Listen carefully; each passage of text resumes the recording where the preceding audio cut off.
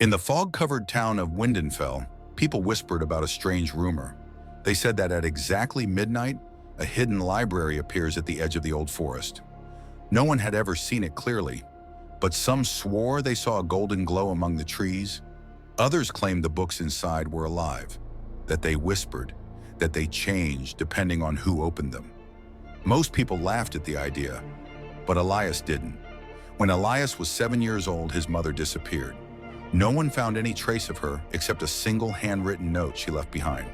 It said, "Find me when the library opens." For years, Elias carried that note with him, reading it every night before sleep. And every night, he wondered if the rumor could be real. On the night before his 17th birthday, he finally decided to find out. He packed a flashlight, slipped out of the house, and walked toward the dark forest. At 11:59 p.m., there was nothing, just trees, silence, and cold wind. But when the town clock struck midnight, the ground shook softly. A golden glow rose between the trees, brightening until a massive stone building emerged as if climbing out of the earth. A library, just like the story said. The doors opened by themselves. Elias stepped inside. The air felt warm, almost breathing. Shelves stretched higher than he could see, curving into impossible shapes. Books floated, rearranging themselves. Some whispered as he passed. It felt alive, aware, watching him. He whispered, "Mom?" But there was no answer. At the center of the room, he found a single book resting on a table. The cover was blank. When he touched it, words began forming on the page. "Welcome back, Elias." He froze as the book continued writing by itself. "Follow the story." The pages flipped until they revealed a drawing of his mother, standing in this very library smiling at him. Below her image, new words appeared. "She is here." Heart racing, Elias ran deeper into the library.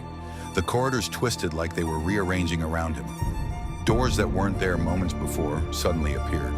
Finally, he reached a staircase spiraling downward into darkness. He followed it into a room filled with hundreds of clocks, each ticking differently. In the center sat an old man with shining silver eyes. Without looking up, the man said, "You're late." Elias swallowed. "Where is my mother?" The old man smiled.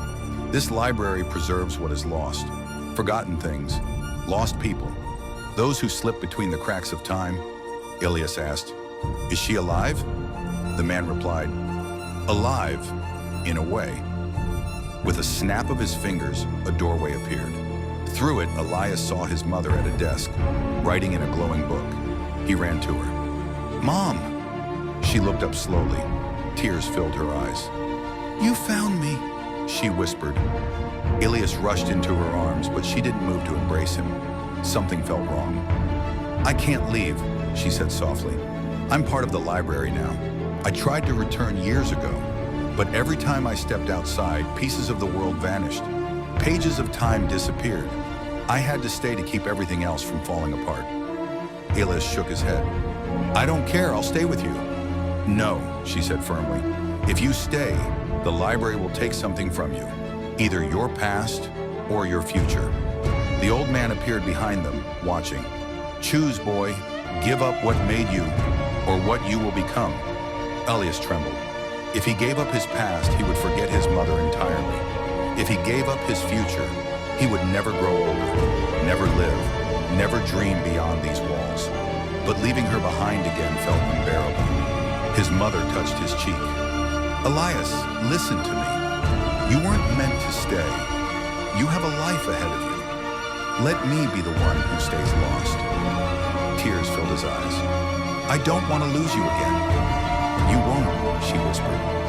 She handed him the glowing book she had been writing in. "This book holds my memories, my stories, my life. Even if the world forgets me, this will remember."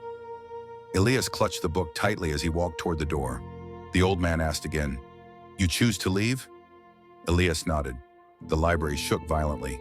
His mother smiled at him one last time and mouthed the words, "I love you." Then the library engulfed her in golden light, pulling her away. Suddenly, Elias found himself standing alone in the forest. The sun was rising. The library was gone, as if it had never existed. Only the glowing book remained in his hands. He opened it.